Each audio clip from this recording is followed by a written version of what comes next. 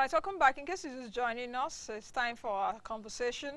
Like I said at the beginning of the program, it's no longer news right now that, of course, the economy, as well as individuals, businesses facing hardship. We are not talking of 3 square meals anymore. Now it's about even getting 1 or 2 square meals now, or something to put in your tummy.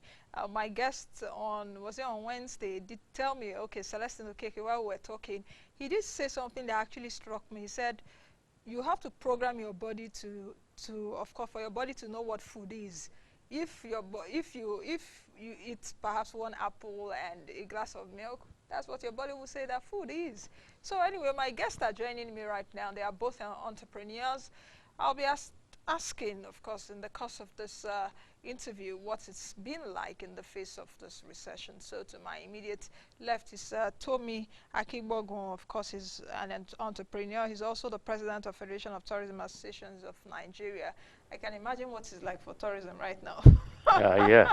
But welcome to the program. Thank you. How are you doing? Oh, yes, we're doing well. Okay. Thank you. Close to him is Prince Willie Ihedigbo. He's also an entrepreneur. Welcome to the show. Thank you very much. Where should I start from, actually? Okay. Let me start from you. What's it been like in the face of this recession? Of course, in the first quarter of this year, the MBS released that the economy shrank by 0.36%. Second quarter, it further shrank by 2.06%. We've not seen the data for third quarter. But of course, with the analysis that we're getting from some people, we've been told, okay, we may get out of the recession next year. Some have even said 2018. But the caveat there is that if we really bring out good policies, implement them, and take actions, because we can't just get out of recession by wishing or by word of mouth. So how has it been, actually, for you? Well, I think beyond data and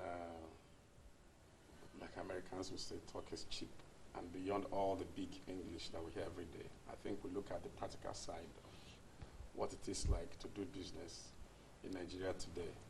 And I think there's a lot of gloom in the land, you know. I was talking to a young man recently who makes paint, and he told me for the past 12 months he has never had a client. He can't even feed his family. Who makes paint? Paint. Locally Yes, produced paint? Yeah, locally produced paint. It's into small scale, you know, just a few days ago. And he said he's never had it this bad, and that he can't even feed his family, not talk of sending the children to school. So the level of gloom in the land is much. But for those who probably medium-scale business people, you discover that a lot of the dynamics are changing. You have to change your system. You have to readapt to what is on ground. Of course, the volumes you were having before are no longer there because a lot of business activities are not taking place. So you probably adjust to the size of work you're getting, and then probably come up with new ideas of how to keep yourself afloat. But for you, how has your business been in the last 12 months? Well, for me, I run a printing press. I also import printing materials. Where do you import? I import from China. Why? First of all, You import from China. printing, yes. Why do you import? Because we don't make printing materials in Nigeria. As a matter of fact, I'm one of those who have interest in industry, but we don't produce anything. We don't produce paper. Is it that you import the machine? Of course, you import the machinery. Yeah. We import the machinery. I import machinery. Because we don't produce machinery. Because we don't here. make machines, yes. What else do you import? Well, when you say we don't make machines, we don't have all it takes to actually couple. Some of these machines are very simple. If actually the climate is right, we can couple some of them locally. If I'm taking an analysis of 100% of what is involved in your business, give me a ratio of what you import out of 100% of what your business is made of. What's the ratio? Well, for the print industry, literally up to 80% of things used in print industry is imported. In so fact, there's nothing you source locally here? Literally. There's nothing. At the time, printers were sourcing newsprint from Nigeria, and you know what happened to Okwiboku and all that. So I think it's totally, in fact, above 80%. You know what, my mind also went into the publishing businesses that we have in Nigeria. For those that publish like books and all that, even the newspapers that come out every day, is it that they also source their materials from outside? Yes, most of the newsprint are imported. We don't make newsprint. And that's a huge industry too that we've not... Very, very huge. Wow. The And likes of course, of all these areas are part of the things that put pressure on the forex. on forex. Yes. Oh, Mr. Kibo, where should I?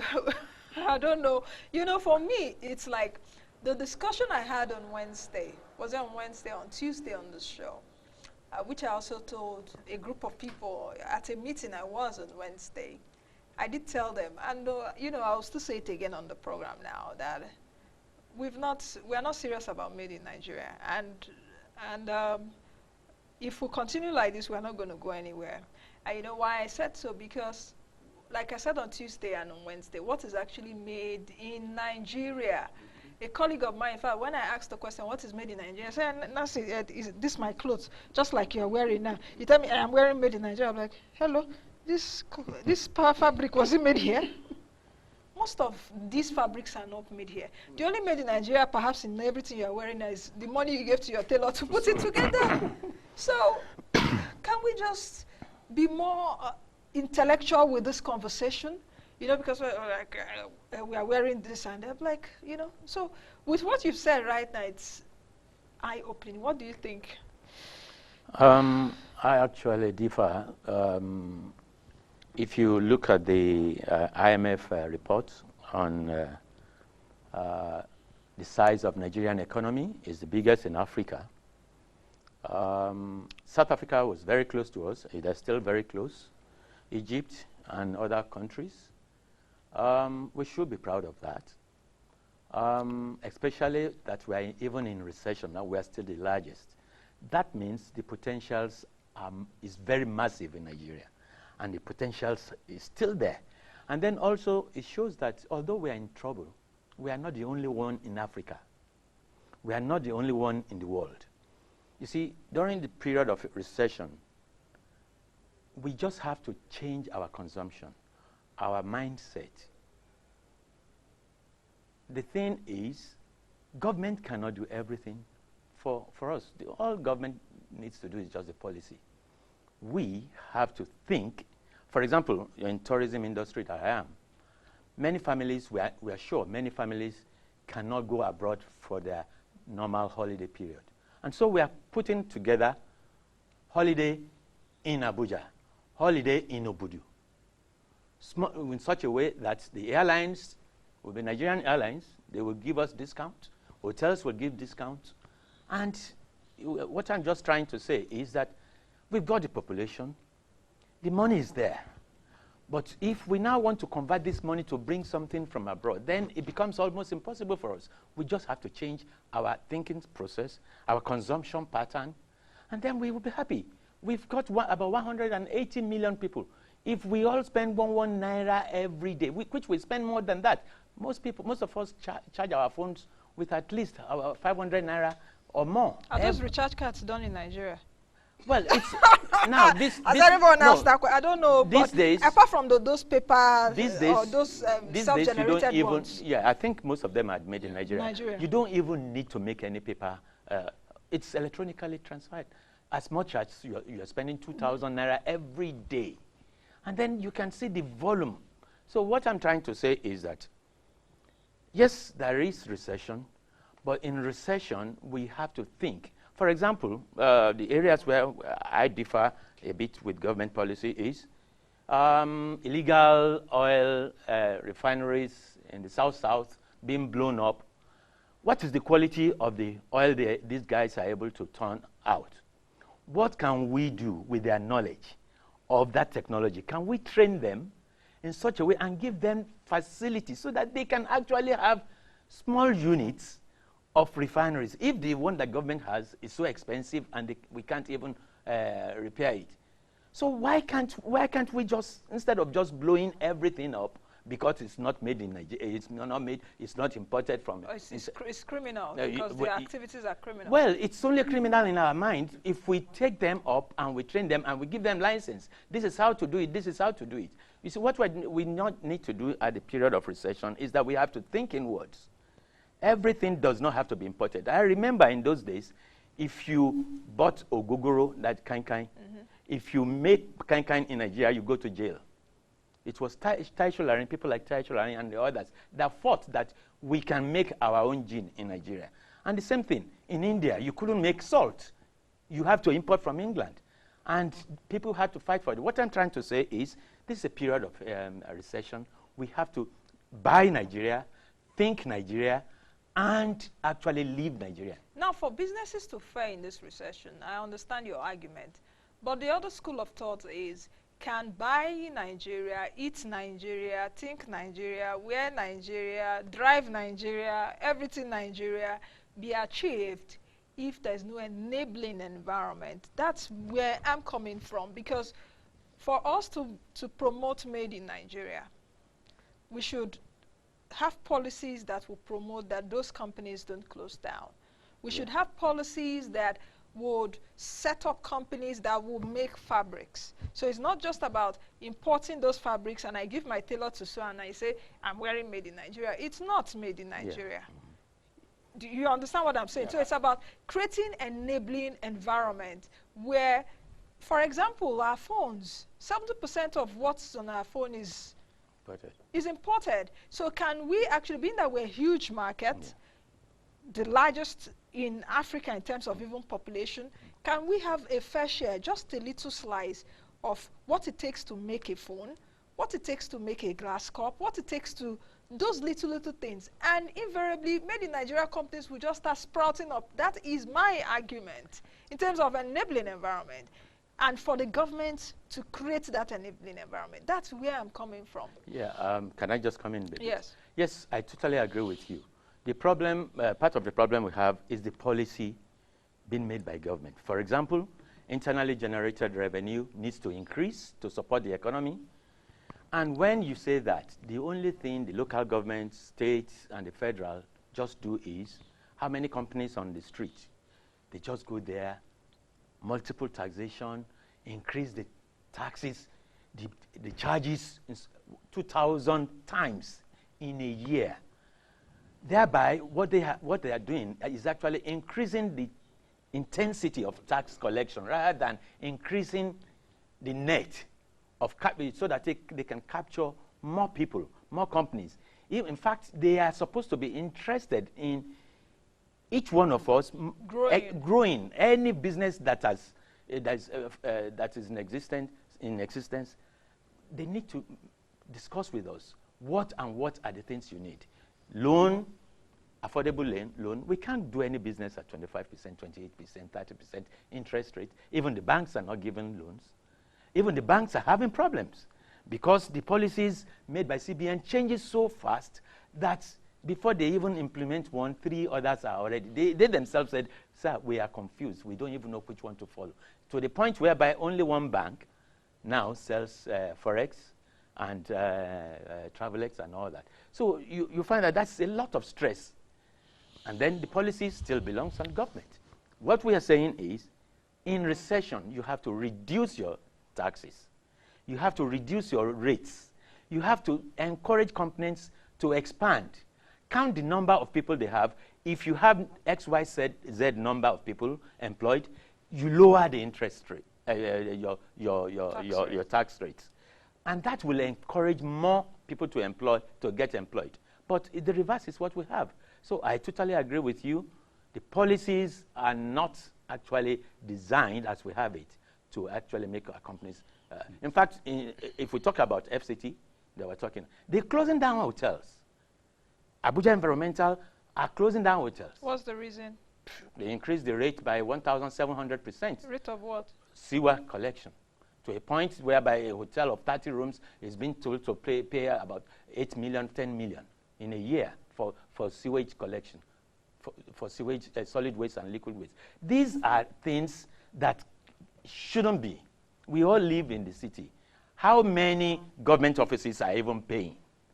But rather than make sure that everybody pay their own share, but now you only see few businesses that are surviving, schools, hospitality industry, and possibly some banks. And then you increase the pressure on them. And that is why many people are losing their jobs. And the recession might even continue a bit longer. Well, I think I'd like to take on the issue you raised on enabling environment. I would also want to look at one of the issues he raised. He's talking about tourism, you know, and then we turning our attention to probably go to all those places. You know, my people used to say that, that's the old women in my place, they said that you have to drink tea before you start thinking of over tea. Yes, that means you have to actually feed yourself well before you start thinking of holidays. Before you start thinking of holidays. Yes. I mean, even if you're going to go to, but it's going to cost you money. If you're going to take your children on holiday, it's going to cost you money, no matter where you're going. Look at the air rates, how much they're charging for flights. Most flights now are literally up. Yes. Yeah. So we have to look at it. But let's look at the fundamental issues about the economy. Let's look at the fundamental issues about government. Because the truth is that, for instance, you hear they've shared 420 billion. How much of that money is going down to the fund for the reasons for which it's distributed? I bet you, even in today's government, more than half of that money will end up in private pockets. So you look at that, the issues we are dealing with, talk about the issue of corruption, we still have not come to the fundamentals. If you actually go through government, assuming you do contracts, you go and see what happens, you discover that most of the money is being released, even under this government, still end up in private pockets. Now, so creating the environment is the issue. Yeah. You made the key point when you talked about how do we produce things. You start a small factory, and then you don't have light. You buy a generator, you run it 24 hours, what are you going to produce? So let's look at those issues that would actually help us produce things so that our demand for forex Are you satisfied? Are you satisfied the way the government is looking at it? Because I know that the government is obvious of all those things. The government knows that they need to create an enabling environment. But are you satisfied with some of the actions so far? Well, I would think when I say government, probably not just this government. Almost all the governments have always come out. I mean, there are so many good policies that have been out in the past. But implementation is the issue. Even if the government have good policies, the past governments, the ministers will come, the president will, will address some of the issues, the ministers will address the issues, the parastatals will address the issues, but at the end of the day, we are not seeing any tangible progress.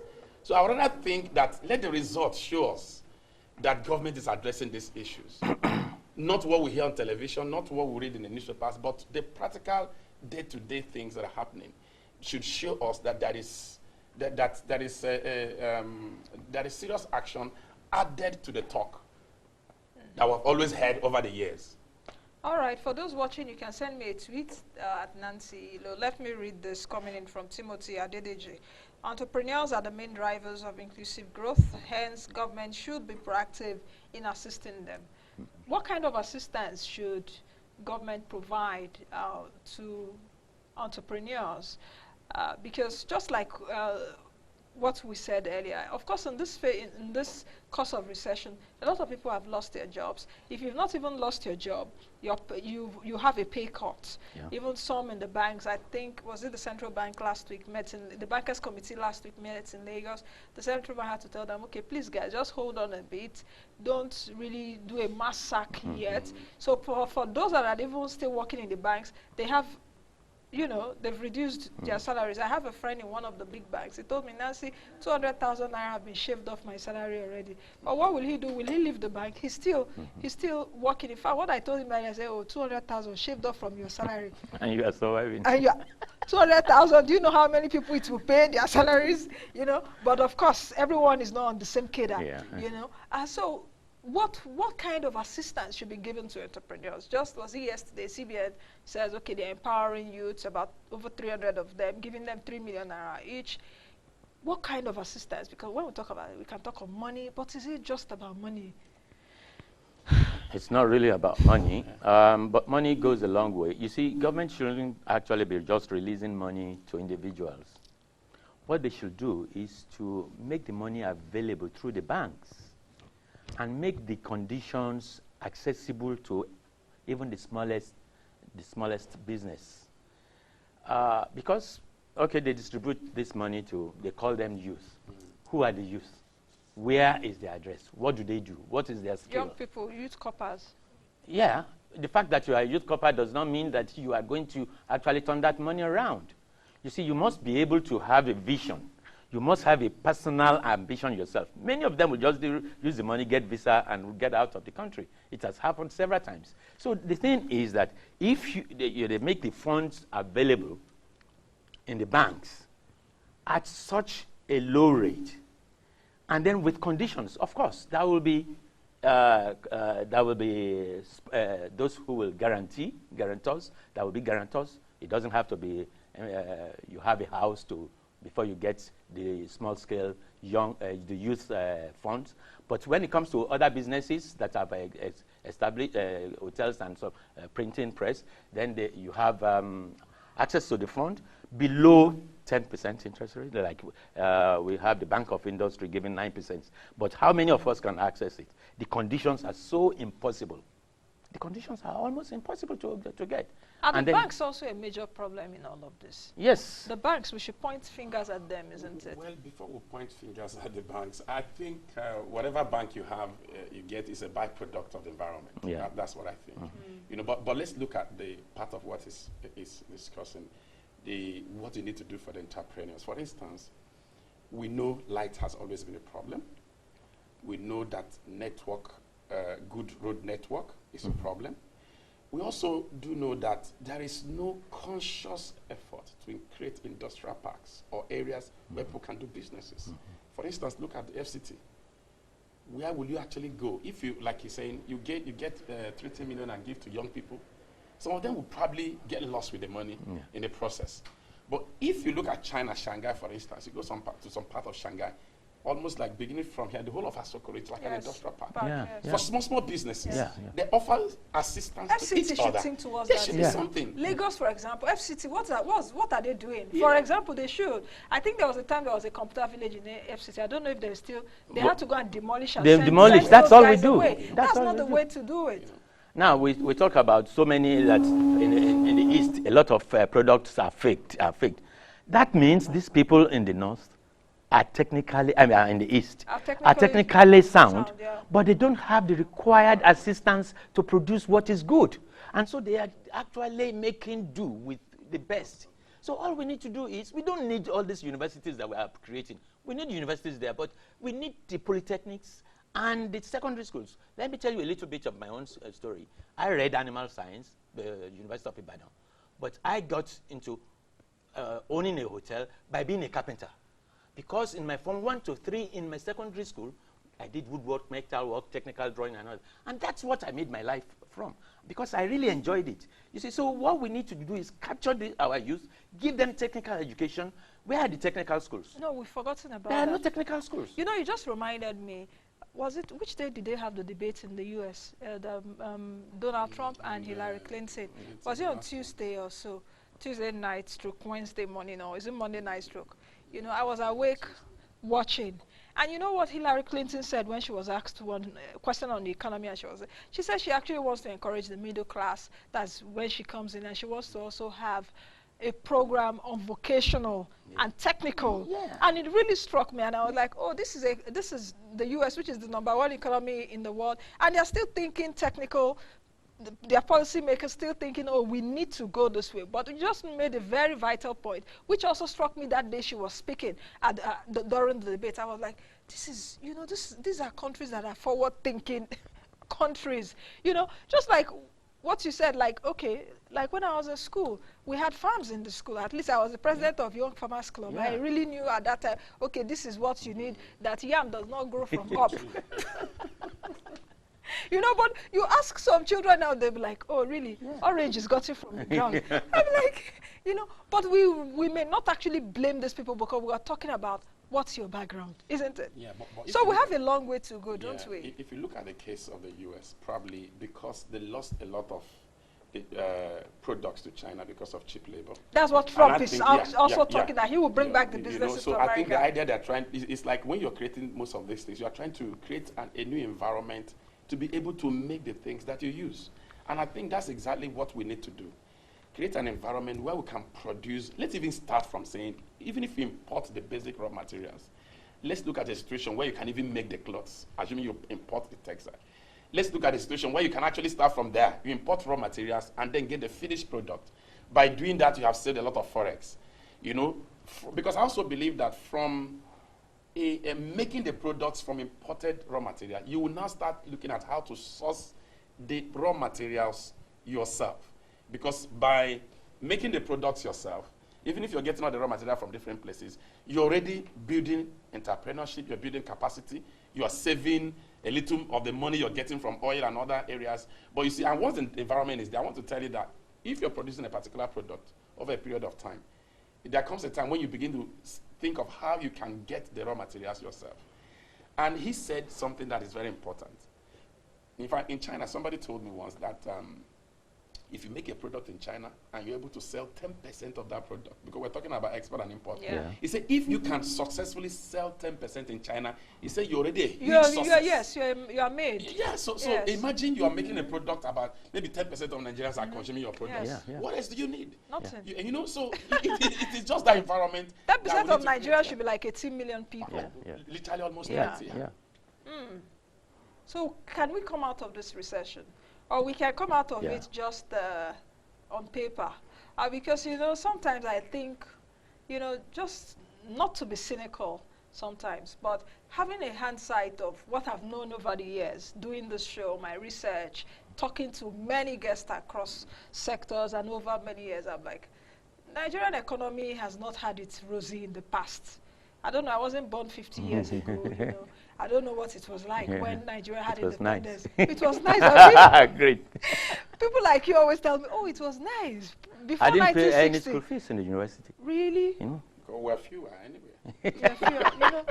So, I don't know, I wasn't born there. So, where I'm actually driving at is that perhaps after independence, things started, you know, going awry and all of that. And the economy has been having challenges, unemployed people, poverty in the land. So for me, perhaps the economies have been in recession for as long as I know. No. I disagree with you. But it's just like it's been on paper. So can we actually come out of this recession? Can we? We're already going out of the recession. Really? Yes, How? the pace, the rate of fall, It's not as wide it's as... slowed down. That means, you see, it's just like you're going down the slope, and then suddenly you want to rise. You can't rise immediately. You have to slow down, and then it starts rising. So the economy actually has started. For example, at the time, just look at the tomato. The price was almost 30,000 naira per basket in Abuja here in the north, even in the north here. And, of course, people started turning their flower beds into tomato gardens. And what do we have now? The price has come down. So really, we are going to get out because it's a matter of necessity. When something becomes so expensive and you really need it, not just you want it, your needs you have to provide alternatives for your needs. And that's what most people are doing now.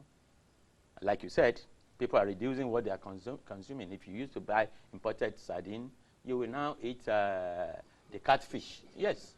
And croaker is so expensive, then you will eat Nigerian fish. So all those things, I believe people are already adjusting. Yeah, I believe we definitely are on the verge of coming out of the recession. But you see, maybe from what you said, we cannot equate recession with, I mean, the kind of the challenges Nigeria has always had. Yeah, Nigeria has always had issues in the past. But you will discover that, like I jokingly said, yes, we were fewer before. But again, also, the level of corruption was not that bad. But we were fewer. Is that an excuse? No. Yeah. The population is too big now. It's too big. What of America? We're not growing. What size of land? I mean, No. in fact, it's like there was... Is it not about intelligent and forward thinking? No, it's not just... Yeah, but, are we the most populated in the world? Density matters. Population density I is understand extremely that, high. but our population, is that an excuse for us being unemployed and poor and not thinking out of the box and come on? Resources are constant. Yes. Population increasing. Yes. That means you How have to did we divide it. utilize our resources in the past? And then management. That's what I'm talking about. We didn't plan for today. That's the truth. Yes, that's what I'm talking about. Competition increases. You see, that's why you say now that people in the past, it's not that they were saints. They were corrupt as well. But fewer people were corrupt. Yes. And then more people, majority were not corrupt. You understand? And then the resources become more scarce because the population increases. at an alarming rate. The resources become limited. That's why you see now, in the past, the South would never say they own the oil or whatever, because there was enough work for everybody. But when it gets to a point whereby you can't even rear your cattle, you can't even, then it becomes like, this is my land, this is your land. The population has a lot of part. And I think to really help the country, there's need to put control on the population. So would you say the population has been a problem? Anyway, it's not population discussion we're having, because if we go into population discussion, then population economics is a whole ball game, which I think I should discuss on that. I really do not want to agree with you totally, you know, but I understand where you're coming from. Could be, I mean, you can mention that as part of the issues that Nigeria is dealing with today, but you cannot say that is the basic problem. Because I think our basic problem is that we never planned for today. Even he talked about corruption in the past, yes, but even if there was corruption in our yesterday, the magnitude is not as much as what we are seeing today.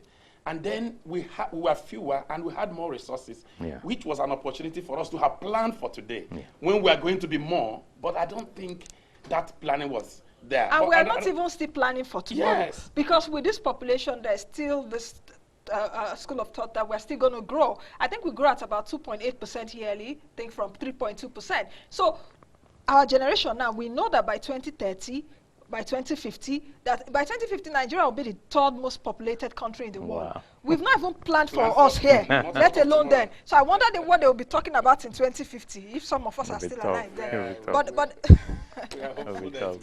You know, but anyway, let me read a few comments coming through. Osiogo Mike said, a shift from rhetorics to action will do us a lot of good. The cost of running government in Nigeria is ridiculously high. Joker says, providing a viable and efficient enabling environment for business startups, people risk an apathy to work to be discarded. Wisdom says, good work, Nancy. Thank you. The distribution of money to youth corpus only, neglecting the artisans on the street, is a waste of time. I also do know that this present administration has a policy, or a policy for artisans, technicians, also to employ 500,000 teachers. But that's another ball game. That's another show again. You know, how many will I talk about? A lot. You know. Okay, Abiodun says, just last week, a small market for computer repairs was demolished in Wuse Zone 4. Lots of youths lost their jobs from that. I think I need to take Abuja as a topic on this program for some days. Because with what FCT has, I know they have money from budgets. So perhaps they are thinking, okay, we are okay and all of that. I think there is a lot of things the FCT needs to do, and not just bearing, oh, I'm the political capital, I'm the political capital. Especially replacement when there's a displacement. Yes. You can't displace people. Give them an alternative. Yes. All right, let's quickly take this. Madu Chiedu says, I'm disappointed in APC-led government. They don't have plans for the youth. Our youth can't produce anything if not empowered. Okay, Tap says, affordable constant power supply is the first step to industrialization. Until then, in Nigeria, will always be daydreaming. These are comments coming through from those watching us right now, just as we end the show. Both of you are optimistic that we're going to come out of this recession, isn't it? Definitely. It's good to be hopeful, just like Daniel Ross said in one of our songs, that hope is an open window. So it's good to be hopeful. But in the face of recession now, how have you been able to survive? Let me just ask you that. What have you done to be able to still stay afloat? Have you sacked people? Have you cut down and all of that? Very quickly. Well, basically, I think we made little adjustments. Because it depends on how hard it bites you. So what are the adjustments? Because adjustment could be sacking people. You don't want to say it here. Adjustment could be cutting down on your cost, or sacking people. Or basically first on our cost. Then, of course, changing the approach, you know, the way we do business, trying to make sure that probably some of the things you have neglected in the past, you give attention to them to make sure that you save cost. Of course, it gets to a place where you reduce 1 or 2 staffs to keep the system running. And in our own, you've reduced in our own instance, your work strength. What we did essentially was to start from the lower cadre. I mean, those that were there that we actually probably didn't need in times like this. So we just had to ask them to wait by the sideline. Once things improve, because there are people who were training, once things improve, we just get them back on stream. Yeah, we have, in hospitality, many hotels are closing down. They are converting to residential. Those that are surviving have reduced their staff by almost 50%. Almost 50%. There is no more salary increments if you just can't take what you are taking. And it's so hard for them because what we are paying them is not even enough to survive because cost of transport and everything has gone up. And then we are, of course, we're looking into reducing cost of production. Like I said, croaker is expensive, then you use catfish. And then you don't even eat if meat is expensive. Oh, fish is cheaper than even cow now. You can't touch cow. Or you just put crayfish in your food. And you cannot increase the plate price. You can't increase the room rate because your customers just can't. They don't have the money. Yeah, that's even if you're having customers. Oh, that's if you have. You see, so really, it's very, very tight. And I think actually government needs to make sure they look into the cost because there needs to be somebody that coordinates how all these collective multiple taxes, the impact on the economy. It seems nobody is actually monitoring. Everybody just wants money from the existing businesses. I think with the tax review committee, it was recommended to the federal government that taxes should be reduced for MSMEs. But let's see how far it will go. Roger says, Nancy, businesses are not doing well at all. The government is not thinking outside the box. Well done, Nancy. Good job. Thank you, Rogers. That's the much you can take. So thank you, gentlemen, for coming on today's show. Thank you. I've been asked. Thank you. I've been speaking with Prince Willie Hedigbo, an entrepreneur, as well as Tomi Akibogo, who is an entrepreneur, as well as the president of the Federation of Tourism Association of Nigeria. All right, that's the much you can take on today's edition of the program. Thank you for joining us. Thank you for your tweets. But just still stay afloat. Like I always say, be the best you can be and be that change that you want to see. Hopefully and prayerfully, we'll get out of this recession. God bless Nigeria. I am Nancy Ilo. Bye now.